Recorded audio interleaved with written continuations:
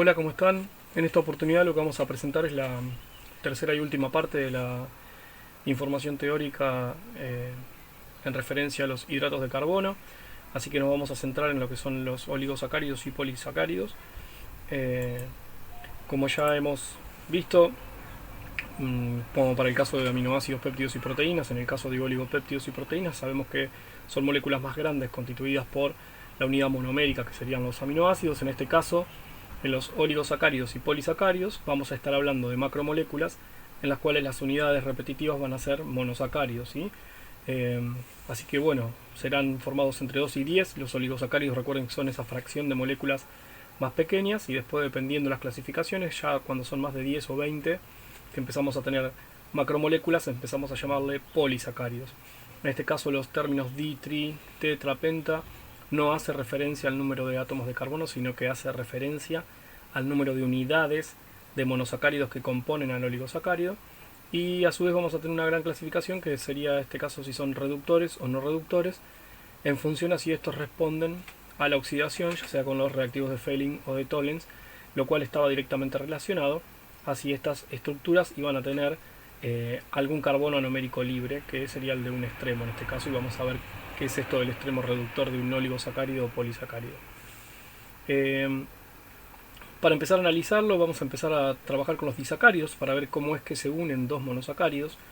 Los disacáridos tienen dos unidades de monosacárido, ¿sí? Existen distintos tipos de digamos, de forma de enlazar los monosacáridos entre sí, pero hay tres que se destacan en la naturaleza, y estas son las siguientes, ¿sí? Son las uniones que van de carbono 1 a carbono 4 de otro monosacárido, ¿sí? Si se fijan, acá tenemos unidades de glucosa, ¿sí? Donde este sería para la unidad de la derecha, este es el carbono 1, ¿sí? 2, 3, 4, así que está unida por un puente de oxígeno, o sea, un enlace O-glicosídico, al carbono 4 de este azúcar, y viene del carbono 1 del carbono anomérico. Por lo tanto, para distinguir decimos que va de carbono 1 a carbono 4' para indicar que es en otro azúcar, ¿sí? Porque vamos a ver en algunos ejemplos que a veces hay puentes internos. Y esa es una de los enlaces naturales que más se observan, ¿sí? Que permite hacer como cadenas lineales. El otro enlace clásico que puede observarse es 1,6', eso quiere decir que va del carbono anomérico al oxígeno del carbono 6 de otra unidad. Y también pueden encontrarse muchas veces en los disacáridos, sobre todo, uniones 1,1', quiere decir que se utiliza la unión entre dos carbonos anoméricos. Esto es por nombrar lo que son las aldosas, ¿sí? Si estamos hablando en el caso de cetosas, esta unión sería de 1 a 2'. Eh, pues bien, ¿qué decir? Un par de declaraciones. Si ven, vemos esta unión como ondulada. ¿Por qué? Porque así como tenemos estas uniones numeramos del carbono 1 al carbono 4', 1, 6' o 1, 1', si estamos diciendo que además tenemos esto ondulado, lo que no estamos precisando es si estos enlaces son alfa o beta. Quiere decir que cuando nosotros tenemos disacáridos, no solamente podemos ver cambios en cómo están unidos ellos, dependiendo de qué carbono va de una unidad a otra, sino además que podemos cambiar de qué tipo de anómero estaríamos hablando cuando nos referimos al carbono 1 de uno de los monosacáridos, ¿sí? Este enlace 1,4' podría ser alfa 1,4' o beta 1,4', y ese pequeño cambio puede producir grandes cambios en las propiedades, como veremos más adelante en los polisacáridos. Antes de avanzar, estaría bueno indicar algunas cuestiones estructurales respecto a las representaciones. En general, uno trabaja representando estas moléculas como unidades de Haworth, ¿sí? ¿Sí? Proyecciones de Haworth, eh, indicando la posición de los distintos grupos. Yo ahora me voy a centrar principalmente en el carbono 1 para ver esto. Recién le estábamos expresando de esta forma, diciendo que no estaba indicando ni alfa ni beta, y trataré de mostrarle distintos tipos de uniones, ya sea por unión alfa, unión beta, y forma de poder graficarlas adecuadamente, tratando de respetar algunas cuestiones geométricas de las moléculas. Por ejemplo, supongan que yo tengo glucosa y quiero unir dos unidades de glucosa en unión de tipo alfa 1, 4'. Entonces quiere decir que esto ya no tendré que tenerlo de esta manera, tendré que tenerlo de esta forma, con el grupo hidroxilo hacia abajo en el carbono 1. ¿Sí? Ahora bien, se va a tener que ingresar, supongan que sea de 1,4' con otra unidad de glucosa, será desde este oxígeno en una de las unidades al oxígeno que está en el carbono 4 de la otra unidad. ¿Sí? Yo tendré que tratar de unir este carbono con este carbono a través de un puente de oxígeno, una unión O-glicosídica. Entonces fíjense que yo tengo que respetar la distribución en el espacio de ambos, ¿sí?, enlaces. Este tendría que ir para abajo, pero este también. Entonces fíjense que una forma de poder hacer demostrar esa unión correctamente sería tratar de ubicar las unidades en una posición adecuada que nos permita representar el enlace de la mejor manera posible. El enlace, recuerden que carbono-oxígeno es un enlace de tipo angular, ¿sí? Por lo tanto, una forma adecuada podría ser representarlo de esta manera.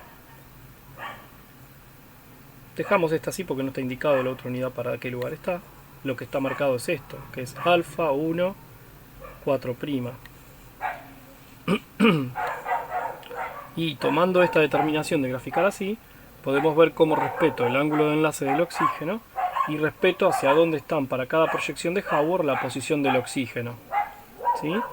En algunos lugares se pueden encontrar representaciones de este tipo, de las cuales a nosotros no son mucho de nuestro agrado.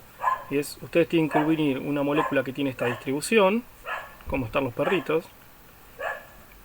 ¿sí?, con otra que tiene esta distribución. Entonces muchas veces ustedes se van a encontrar en los libros, por ejemplo, o en algunos apuntes, cosas del tipo hacer un puente así, ¿sí?, de esas características. O sea, ya he sacado estos grupos de acá y dejo esta unión. A nosotros no nos gusta mucho este tipo de referencia, preferimos que haya un poco de trabajo consciente para tratar de lograr representaciones un poco más logradas, como la de ese tipo, ¿sí? En algunos casos incluso puede llegar a ser necesario hacer rotaciones, ¿sí? Supongan que tenga que hacer el enlace 1-1, ¿sí? En ese caso, bueno, como les decía, entonces este tipo de representación no las preferimos esta. Y muchas veces vamos a tener que hacer algunos cambios en la orientación de las moléculas para poder unirlas. Supongan por caso que yo quiera unir una unidad de glucosa, ¿sí?, que sea la unión alfa 1, 1', ¿sí?, alfa 1, 1' y alfa también para ella, porque tendré que indicar los dos, de alfa 1 a alfa 1', ¿sí? En ese caso tendré que enfrentar los carbonos 1. Si enfrento los carbonos 1, tendré que girar una de las moléculas, ¿sí? Supongan que tengo esta molécula acá, siempre de referencia, y tengo que orientar el carbono 1 hacia acá. Si oriento el carbono 1 hacia acá, ¿sí?, tomemos como referencia, grafiquemos el azúcar antes de rotarlo, también va a ser alfa.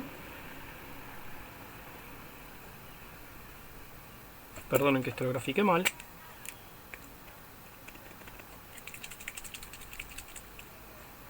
Qué desastre que acabo de hacer.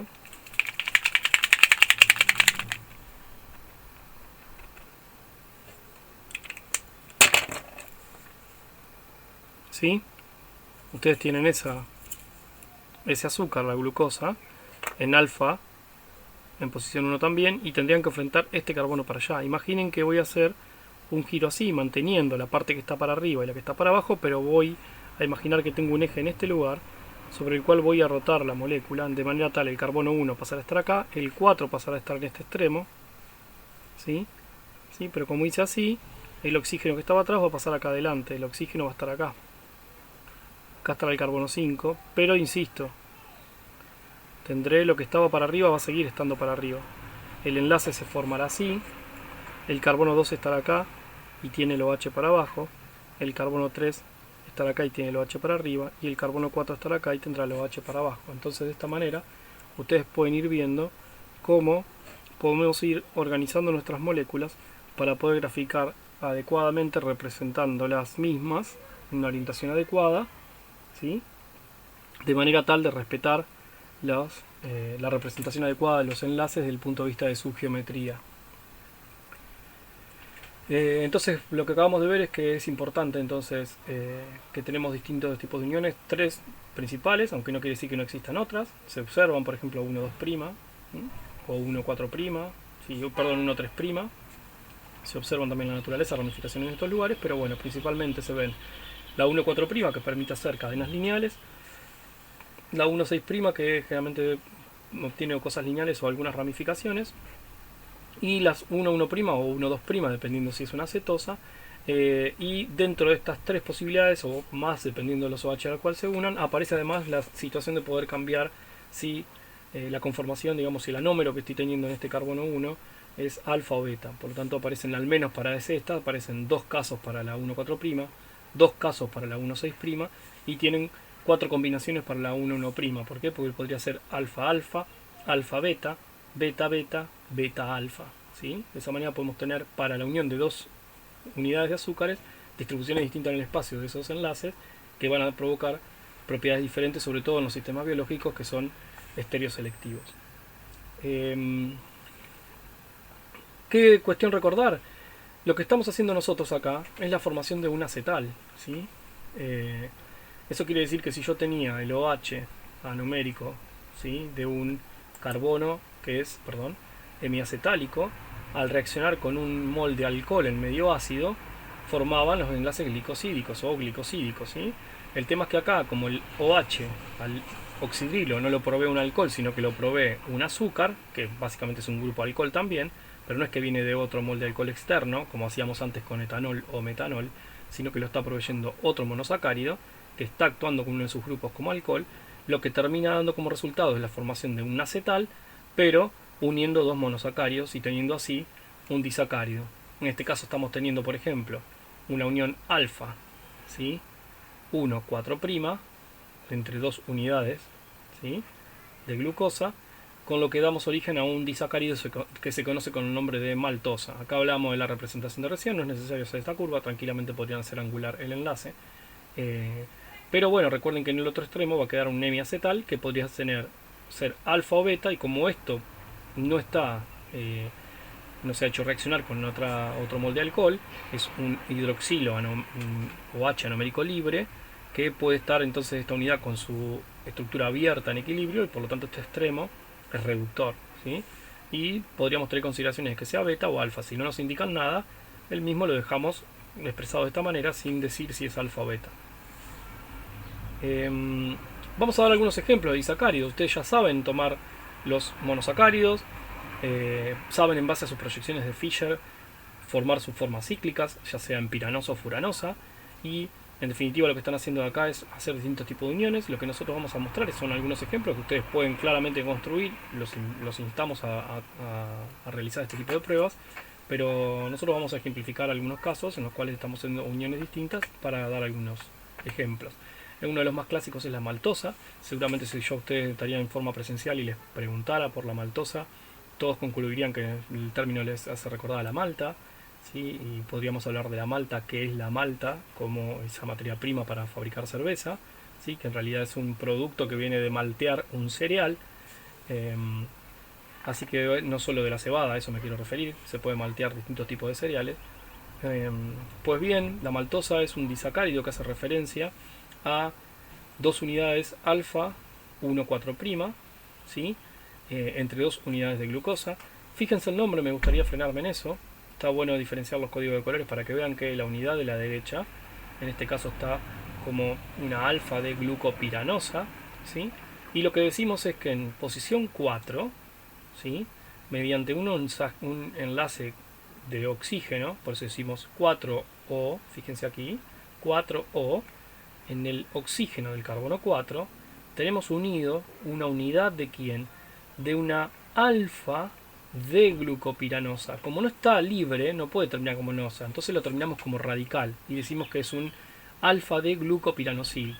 En el 4, ¿sí?, a través del oxígeno está unida una unidad de alfa de glucopiranosil a la molécula de alfa de glucopiranosa.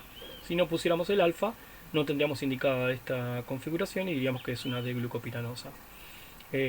¿Por qué terminamos con alfa generalmente? Vamos a ver más adelante que este disacárido viene de la hidrólisis del almidón, y en el almidón son todas uniones alfa. Entonces, si quiero representar con este disacárido al almidón, lo correcto es presentar este enlace como alfa, porque será la reproducción de este disacárido, el almidón. Otro ejemplo clásico es la celobiosa. Fíjense el pequeño detalle, estamos uniendo glucosas también, pero la unión glicosídica es beta, ¿sí? Y por lo tanto estaría uniendo a través del oxígeno del carbono 4 una unidad de beta de glucopiranosil a la beta de glucopiranosa en este caso.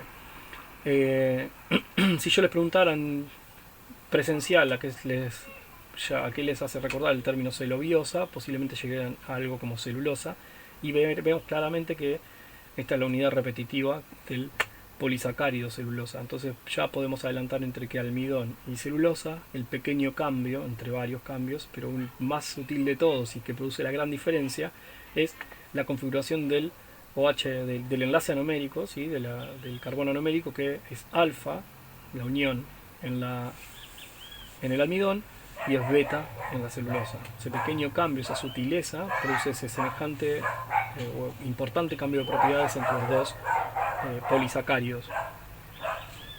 Otro disacárido muy conocido es la lactosa. Es algo que ustedes trabajarán en el trabajo práctico. Antes se hacía, se extraía, se hacía el aislamiento de la lactosa de la leche, ¿sí? Así que bueno, sabemos que la lactosa es el azúcar presente principalmente en la leche. Fíjense la composición, es una unión de galactosa con glucosa, ¿sí? La glucosa es la que tiene el OH numérico libre, y en su oxígeno de carbono 4 tiene unida una unidad de beta D galactopiranosa, ¿sí? Por lo tanto el nombre es en 4O, porque el oxígeno del carbono 4 de la glucosa tiene unido una beta D galactopiranosil, porque es un radical, no tiene el OH numérico libre, a la beta D glucopiranosa. Y es interesante aquí, ya que estamos hablando de azúcares que dan un sabor dulce, nombrar la sacarosa. La sacarosa básicamente es nuestro azúcar de mesa, ¿sí? En el cual ya ponemos las imágenes donde están presentes. Eso es algo que se trabaja presencial, pero que aquí por ahí no vale tanto la pena, no tengo la posibilidad de respuesta directa. Pero fíjense este detalle. Si miran cómo es el nombre, dice en el oxígeno, ¿sí? Del carbono 2, pero claro, ¿qué pasa? Miren las unidades. Una es una glucosa, la que está en negro, y la otra es una fructosa. Y la fructosa es una cetosa. Por lo tanto, su carbono anomérico es el carbono 2. Entonces, en este caso, los dos monosacáridos están unidos a través de su carbono anomérico, ¿sí? Lo que pasa es que es el carbono 2 para la fructosa. Entonces, en el oxígeno del carbono 2, ¿sí? Tiene unido una unidad de glucopiranosa, por lo tanto decimos que es un alfa de glucopiranosil, porque no está libre, unido al oxígeno 2, ¿de quién? Del fructofuranósido. ¿Por qué no termina como furanosa? Porque la furanosa no tiene el OH numérico libre, sino que está unido al otro azúcar. Entonces, de esta forma, diciendo esto como radical y esto como furanósido, damos a entender que no hay ningún OH numérico libre. Y en este caso, en la sacarosa, en el azúcar de mesa, estamos en presencia de un disacárido no reductor.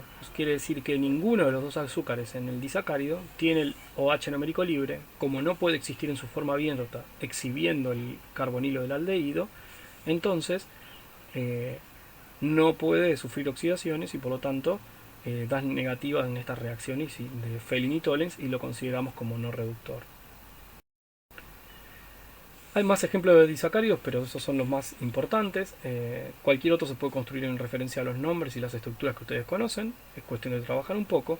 Entonces pasemos a los polisacáridos, donde también mostraremos las estructuras de algunos polisacáridos, algunos clásicos y algunos más que tengo para mostrarles. Los polisacáridos son macromoléculas formadas por unidades de monosacárido, mayor a 20 por decir un número, pero recuerden que yo siempre expreso que en realidad depende de si yo puedo definir una molécula definida o en realidad ya pasa a ser una macromolécula con pesos moleculares promedios, etc. Y estos polisacáridos básicamente se pueden clasificar de su composición en homopolisacáridos y heteropolisacáridos. ¿Por qué desde la composición? Porque bueno, hay algunos que están constituidos por la misma unidad repetitiva. Por ejemplo, el almidón o la celulosa están solamente constituidos por glucosa. Generalmente a ese tipo de homopolisacáridos les llamamos glucanos, ¿sí? Pero además de esta clasificación, entre homo y hetero, donde en los heteropolisacáridos tendremos polisacáridos que están constituidos por diferentes azúcares en distinta composición, en diferente proporción, a su vez ellos pueden ser lineales o ramificados, o sea, pueden tener variantes estructurales además de la composición. Pero además yo podría también clasificarlos según su función, y se destacan dos tipos: los estructurales, que son responsables de formar estructuras importantes para el sostén de los sistemas, y de reserva, que son el tipo de polisacáridos que generalmente se utilizan para obtener energía, ¿sí? O acumular la misma. Lo que les decía de la estructura es que uno podría tener polisacáridos ya sea lineales o ramificados. Entonces verán que habrá unidades que tendrán más de un tipo de unión, de las que describíamos hoy. Y los heteropolisacáridos lo mismo, podrían tener lineales o ramificados, o además variar cómo son la secuencia de estos monómeros. Podría tener, en vez de alternados, podría tener bloques de los rojos y bloques de los azules, y también ser otra propiedad diferente. No nos vamos a centrar en tanto detalle en conocer todos, pero sí vamos a mostrar los más representativos, que está bueno que conozcan. Así que bueno, empecemos con los homopolisacáridos.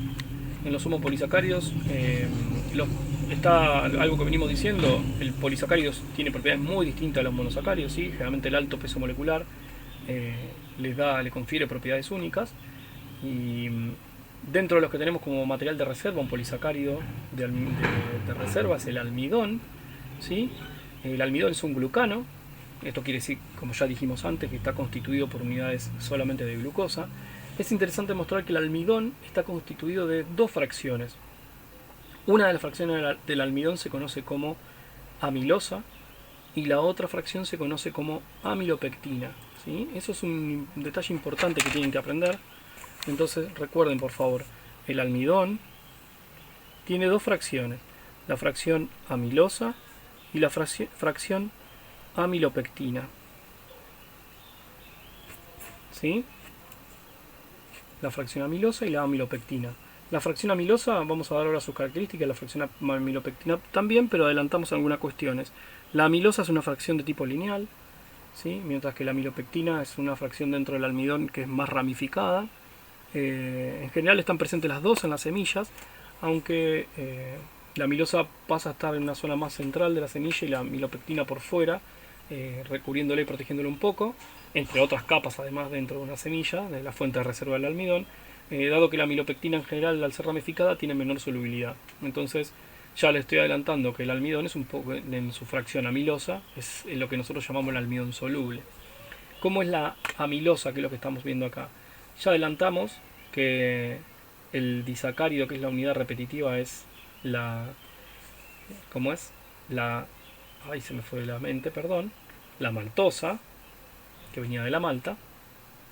La maltosa es la unidad repetitiva.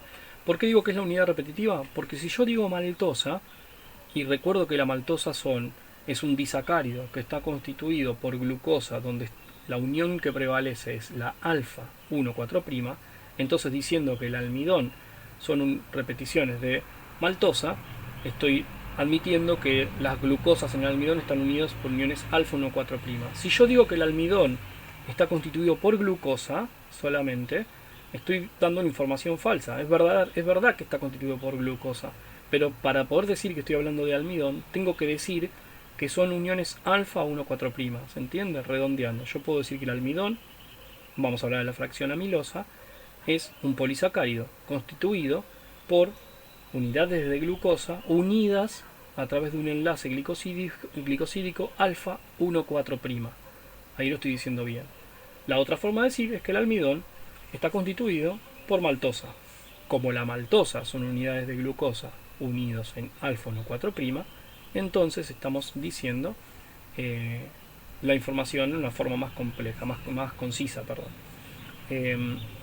Acá tienen, al ser uniones alfa 1,4', podrán ver que forma una cadena relativamente lineal. La realidad es que a raíz del pliegue que va apareciendo en cada unión, lo que tiende a hacer la estructura como secundaria de este azúcar es formar una hélice, y es de esa hélice que hablamos generalmente cuando hablamos del indicador de almidón, ¿sí? El indicador de almidón se hace con esta fracción soluble de amilosa que en solución acuosa forma este tipo de espirales. Fíjense en la otra fracción, que es la fracción de amilopectina, que también es un glucano, lo que tenemos como estructura es una cadena principal conformada por glucosas que están en uniones alfa 1,4, ¿sí? Pero que tiene cada tanto ramificaciones con unidades de glucosa también que forman cadenas. Acá no está seguida, pero en realidad esta unidad que está acá continúa con uniones 1,4'.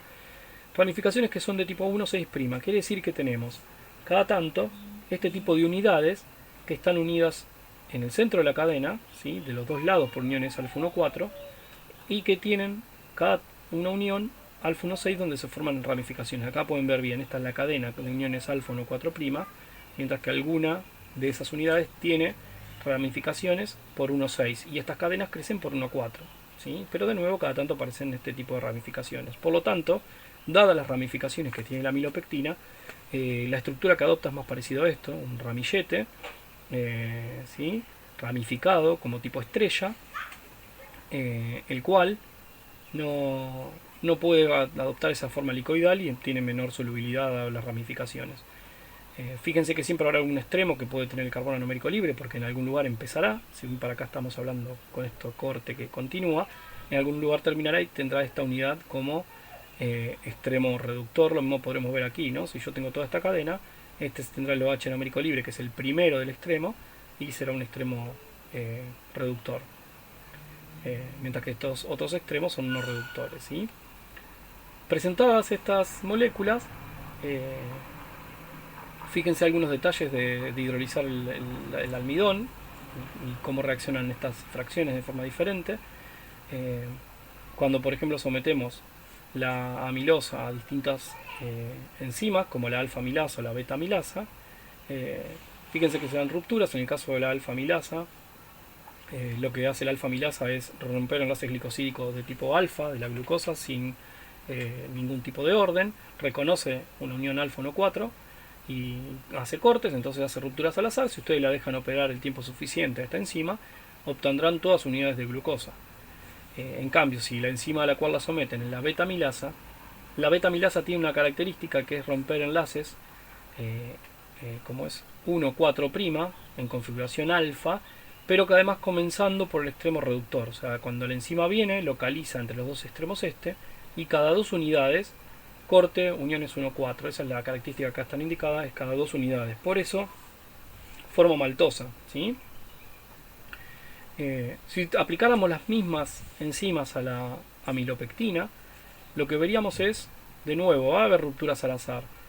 Por lo tanto, la amilasa romperá todo, excepto las uniones 1,6, ¿sí?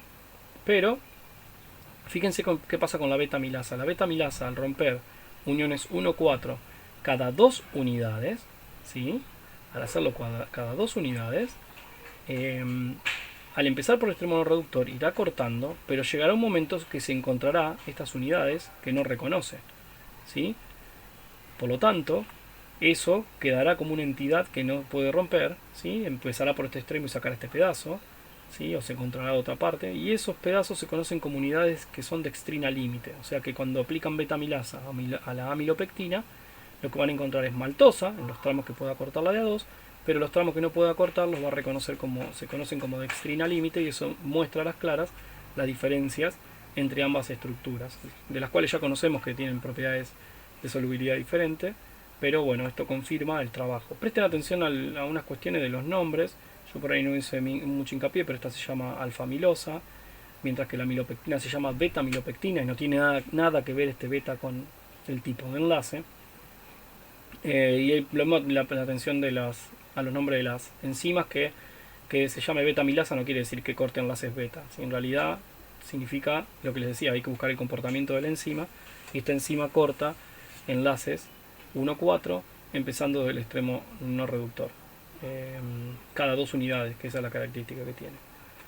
Así que bueno, es interesante ver aquí que muchas veces le podemos llegar a pedir que hagan una representación de las estructuras de estos azúcares. Entonces me remito de nuevo a lo que veíamos con las estructuras de Howard de hoy. Si yo vuelvo a lo que estuve graficando hoy, fíjense que acá grafiqué una unión alfa 1,4'. Si yo continuara, ¿sí?, el ejercicio, me tomara lo que ya está graficado, ¿sí?, y continúo a partir de ahí, podría hacer un nuevo enlace en este lugar, e ir haciendo crecer la cadena. Indicando el ejemplo de una estructura, ¿sí? En este caso de la amilosa. Lo mismo, si yo quisiera hacer la representación de amilopectina, entonces tendría que hacer una cadena de glucosas enlazadas por enlace unos 4 en configuración alfa,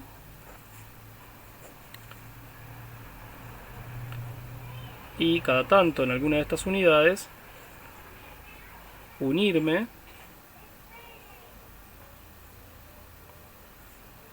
a un azúcar en posición, ¿sí?, a partir del carbono 6 con oxígeno al carbono 1 del otro con configuración alfa, y así van construyendo. Esta continuará para allá como venimos haciendo esta cadena.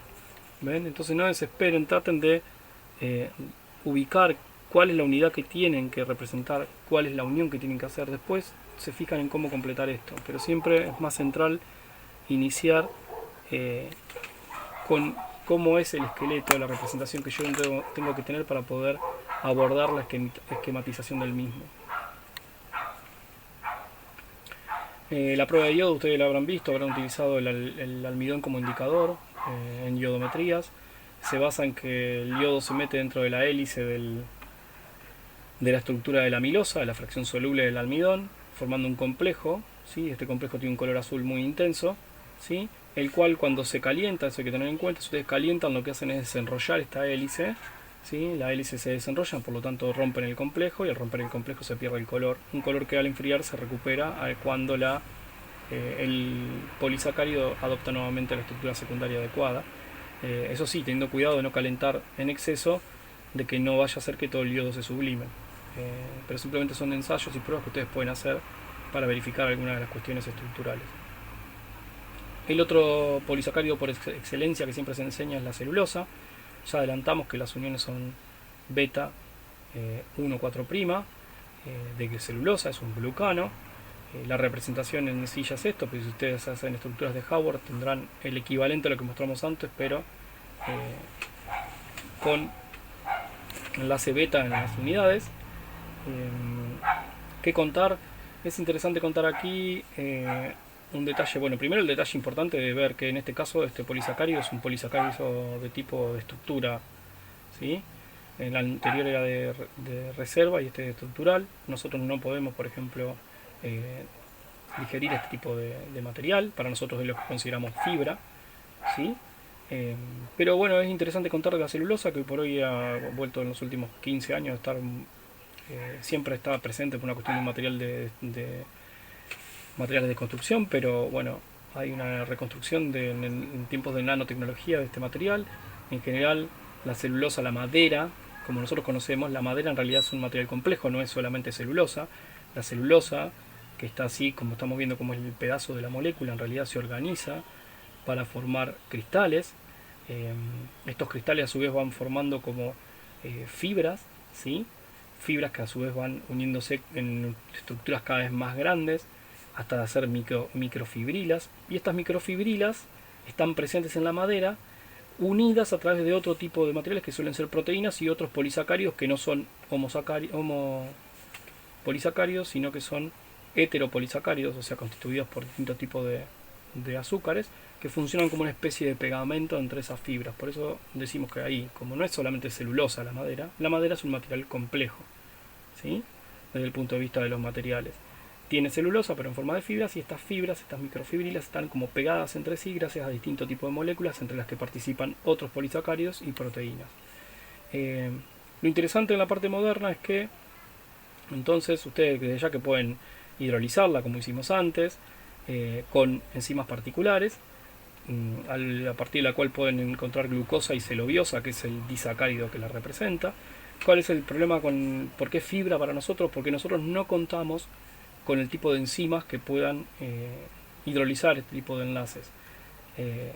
¿Cómo es que entonces hacen los mamíferos como la vaca para esto? Bueno, aquí hay que recordar un poco quizás del secundario, y hay ciertas bacterias que tienen este tipo de enzimas que están presentes en el estómago de los rumiantes. Entonces en el proceso del rumiante lo que hace es desintegrar el material y en simbiosis con estas bacterias que están presentes en su estómago son las que en realidad hacen la hidrólisis de este material para llevarlo a los monosacáridos que después utilizarán para convertir en otro tipo de formas, ya sea en proteínas u otro tipo de material de reserva, del cual nosotros después nos aprovechamos. ¿Qué más contar? En esa organización, fíjense que son las fibrilas. Yo les conté que las moléculas empiezan a unirse, vuelvo para atrás, estas moléculas empiezan a unirse y primero forman cristales y después esos cristales se organizan en fibras. En esas fibras hay fracciones que son cristalinas, como estas que están muy altamente organizadas, y fracciones que no, que son amorfas, ¿sí? Que son las que constituyen estas fibrilas que después terminan haciendo la madera y por último, digamos, la celulosa que termina en la madera de un árbol. Lo interesante está que si ustedes tienen este tipo de estructuras cristalina y amorfa, no tienen la misma velocidad de hidrólisis. Si nosotros le colocamos un medio fuerte de ácido clorhídrico o sulfúrico fuerte, se hidrolizará más fácil la parte amorfa porque el material de hidrólisis penetra más rápido que los cristales. Y resulta que el material resultante de un proceso de estas características son como pequeñas partículas así que son fibras. No sé si ven acá en la microscopía, miren la barra, 100 nanómetros.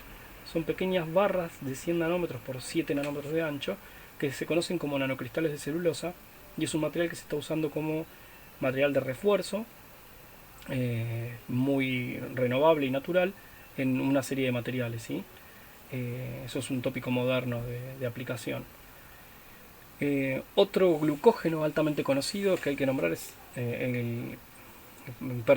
otro glucano altamente conocido, o sea, otro polisacárido constituido solo por glucosa muy conocido es el glucógeno. El glucógeno es la forma en la que nosotros, es muy parecido al almidón, lo que pasa que es la forma en la que nosotros acumulamos estos materiales en formato de reserva. Podrán de nuevo ver las distintas unidades aquí, donde tendremos los extremos no reductores, el extremo reductor, y las unidades que serán de uniones 1,6 o las que serán de entrecruzamiento, que tendrán uniones 1,4 y 1,6, pero en definitiva estamos en una estructura bastante parecida a lo que puede ser la milopectina del almidón, pero que es un glucano producido por nosotros, digamos, ¿sí? Nosotros consumimos el almidón, lo hidrolizamos, convertimos a glucosa y los excesos los vamos convirtiendo entre varias cosas a glucógeno. Otros polisacáridos que son interesantes son la quitina y el quitosano. No sé si han sentido hablar de ellos, pero la quitina seguramente la estudiaron en el secundario como uno de los materiales que forman los exoesqueletos, ¿sí? De ciertos organismos como son los crustáceos. Lo interesante es que ese polisacárido, que vamos a ver su estructura, acá está el nombre, beta 1,4, 2-acetamido, 2 de glucosa. La quitina en particular, fíjense que es la beta 1,4, 2-acetamido, 2-desoxi de glucosa. O sea, no tiene oxígeno en el carbono 2 y tiene un grupo acetamido, un nitrógeno unido directamente allí, acetilado. ¿Cuál es el detalle que tiene esta estructura? Acá se las muestro. Fíjense, de la unidad de glucosa, el oxígeno 2 no existe, existe un amino, y ese amino está acetilado. El detalle que tiene esta estructura es que tiene muy baja solubilidad en agua. La vuelvo a poner, tiene muy baja solubilidad en agua. Por lo tanto, no es un polisacárido que sea de mucho uso dado esta característica. No solo en agua, es muy poco soluble en un montón de solventes. Por eso también los crustáceos lo utilizan, o los insectos lo utilizan en su esqueleto, ¿no? En su esqueleto externo. Así todo igual tiene algunos usos, pero lo que es interesante en realidad es que si uno toma los caparazones, los reduce de tamaño, le saca material de proteína que tienen, porque los caparazones de los crustáceos y los exoesqueletos de los insectos no son solo quitina, sino que tienen proteína y material mineral. Si uno entonces le saca la proteína y le saca los minerales, logra quedarse con la quitina pura, que es eso que les conté, y si después lo trata, ¿sí?, en una hidrólisis alcalina, o sea, lo desacetila, esto nosotros lo hemos visto, sería como una saponificación, logramos cortar este enlace amida y formar el grupo amino libre. ¿Y qué característica tiene el grupo amino libre? Bueno, primero que formamos un polisacárido distinto, obtenido desde la quitina, que se llama quitosano, que varía en este grado de acetilación. Fíjense que algunas unidades pueden seguir acetiladas, pero cuando se llega a un grado de desacetilación importante, este grupo amino se puede protonar en medio ácido y por tanto el quitosano tiene la característica de ser soluble en medio ácido, y esto lo permite que se pueda utilizar para distintas cosas. Por ejemplo, se pueden hacer películas con él, disolviéndolo en ácido acético, y se obtienen buenos films, y es un material que por lo pronto se está estudiando muchísimo como material de empaque en alimentos, sobre todo porque es considerado como degradable, biodegradable. Es además un bactericida importante en medio ácido, a raíz aparentemente de los grupos amonios de la cadena, lo cual lo convierte en un material muy importante y de mucho estudio en los últimos años, dado que estamos buscando materiales biodegradables para reemplazar a los polímeros clásicos como el polietileno.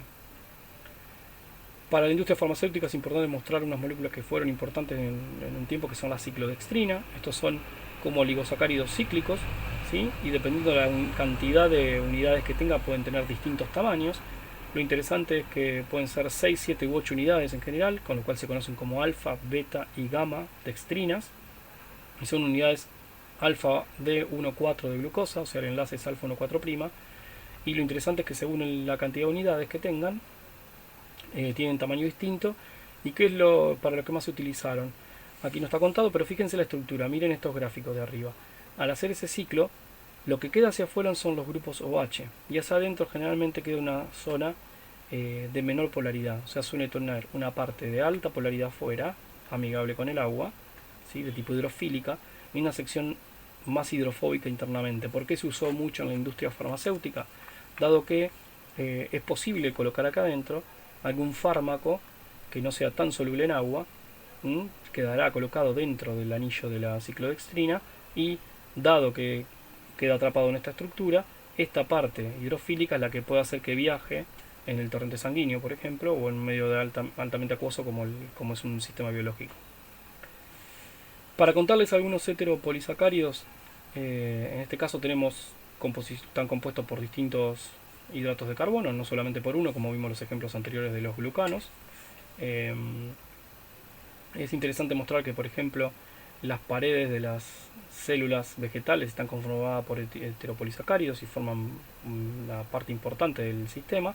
Como les conté antes de la celulosa, ustedes pueden tener las fibras de celulosa, pero la unión, el pegamento entre ellas para mantenerlas estables suelen ser proteínas como glicoproteínas, pero también aparecen las pectinas, y estas pectinas son heteropolisacáridos.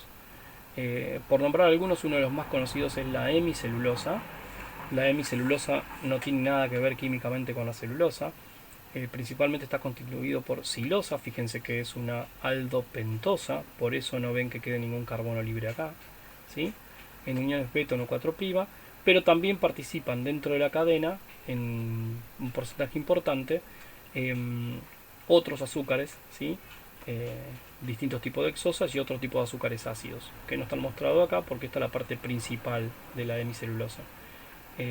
Generalmente acompañan a la celulosa en distintas partes, y bueno, tienen propiedades parecidas a la celulosa. Otro tipo son las pectinas. Las pectinas, ustedes tienen contacto, por ejemplo, en los cítricos, en la parte blanca están en un porcentaje muy importante, acá está indicado eso, cerca del 30%. También participan con lo que les contaba, como cemento de las paredes celulares de todos los tejidos y plantas.